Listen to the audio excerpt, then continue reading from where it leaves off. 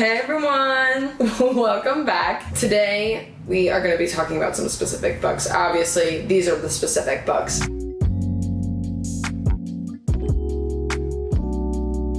The reason why I picked these is because these are my big three authors that got me back into reading. We're going to be talking about my big three authors. Pause for the laughter. It's fine. You can laugh. It's okay. No, but honestly, these are three authors that helped get me back into reading because it's been probably a little over a year now that I've been really full throttle religiously reading again. I was a little bookworm as a kid and I really loved to read. In 7th grade, I went to a new school and all I did was read in that class. But then I went to high school and then I stopped completely, except obviously summer reads. But I think the only book that really ever stuck with me during my high school was The Alchemist by Paulo Coelho. I loved that book so much. You know, a book I hated? Silas Marner. I couldn't even watch the movie. I hated that book more than I hated any literature I've ever absorbed in my life. Any movie I've ever watched. Like, it just wasn't good. I don't even know what it's about. I would make my worst enemy watch it for sure. Anyway, besides the point. But then, this time or last year, maybe a little bit before, my little angel, Miss Olivia Ponton, put me on to Miss Tracy Wolff,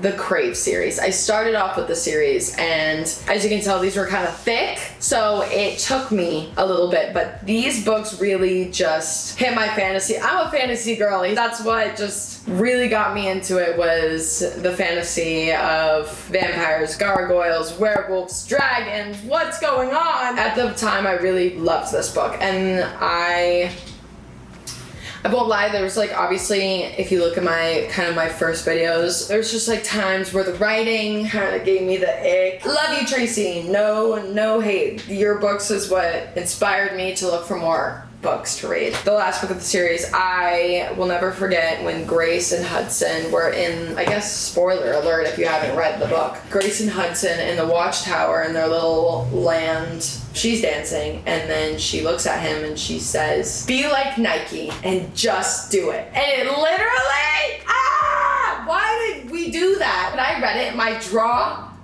I won't lie, that wasn't good. Thought that the names of the chapters were somewhat like ironically funny, you know. They did it for me. I was at one of the bookstores in my hometown and I just was browsing and I saw that she came out with the 6th book, and I looked at that book and I said, no, I'm a Sarah J. Maas girl now. And it's true. It's really hard not to be, but to be fair, she's probably one of the only fantasy series I've ever read. And so I read Akatar, and now I'm reading the Throne of Glass series, and I love it!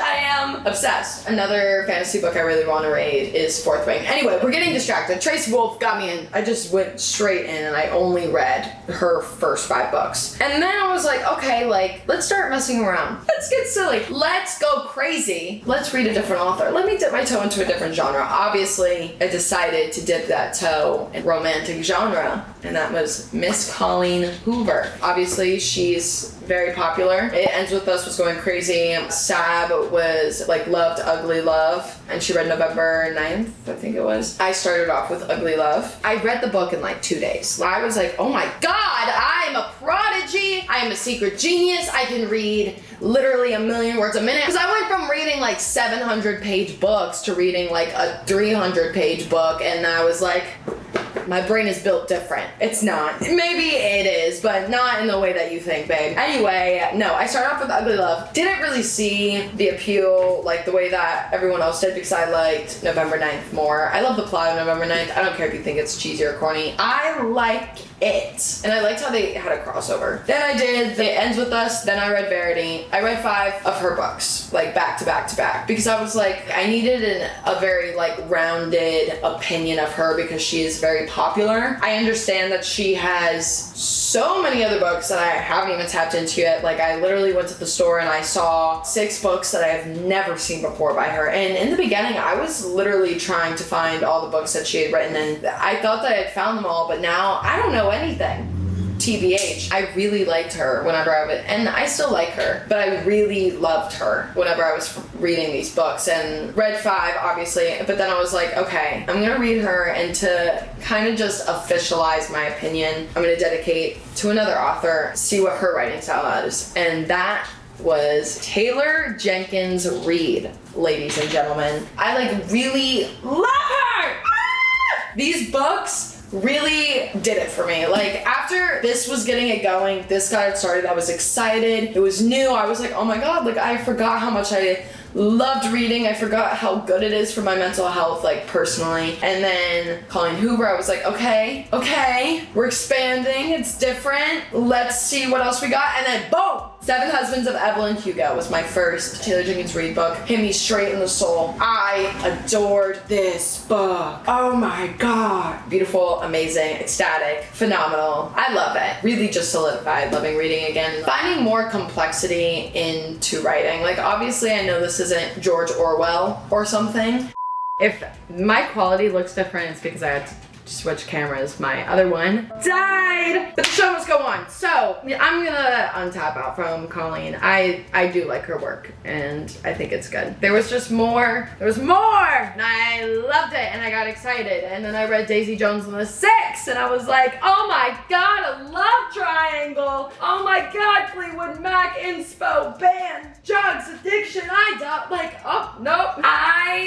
My brain was everywhere. I was like so excited. And then I read Malibu Rising. That's why I'm not holding Malibu Rising, is because I think I may have let someone take it. These are my big three authors that got me really into reading. I'm so happy that Olivia inspired me. I just like to explore different things. Sometimes it takes me so long to read a book, depending on what it is. Like Gentleman in Moscow took me like probably 3 weeks to read, just because the way I have to absorb it versus a fantasy book where it's like I'm kind of like playing it out in my head as it's happening, and it's like a movie, so it's just like go, go, go, go, go. But I am going to start annotating my books, and I think that is really exciting, and I'll be able to like kind of have more ideas and thoughts more. I wanted to recommend you guys some books from different genres of fiction that I would recommend to someone who's trying to get back into reading. So let's get started. If you are wanting to start off with fantasy, I'm just gonna suggest that you read A Court of Thorn and Roses as your first fantasy book, and then of course Throne of Glass. For psychological thriller, I'm gonna suggest The Silent Patient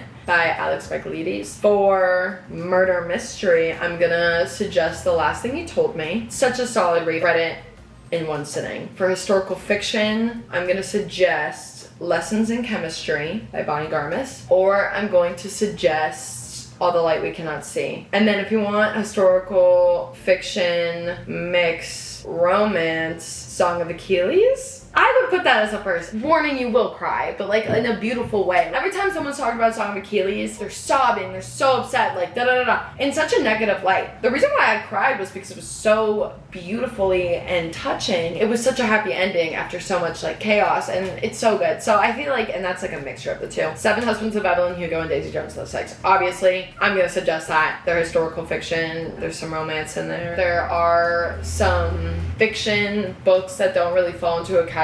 I want to recommend Tomorrow and Tomorrow and Tomorrow to get you back into reading because it's such an excellent book. It's probably one of my top 5 favorite books of all time. Had so many friends that like started to get back into reading and started reading the book and they loved the book. So I'm gonna recommend, as just fiction that's kind of hard to place. Hold on, let's do a montage of me stamping all my books. Just open it up, open it up.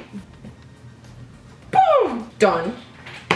Daisy Jones and the Six. Ugly love. Ugly love. What I really like about the fantasy books, the ripped edges of the books. It's like not like a clean cut of paper. It's rough. I like it a lot. Charm. If someone's read the 6th book in this series, can you please comment down below and let me know how it was? Because I'm curious. I want to know. Because I remember telling myself as I read the 5th book, I was like,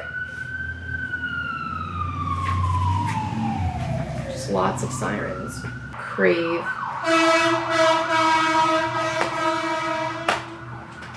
It's aggressive.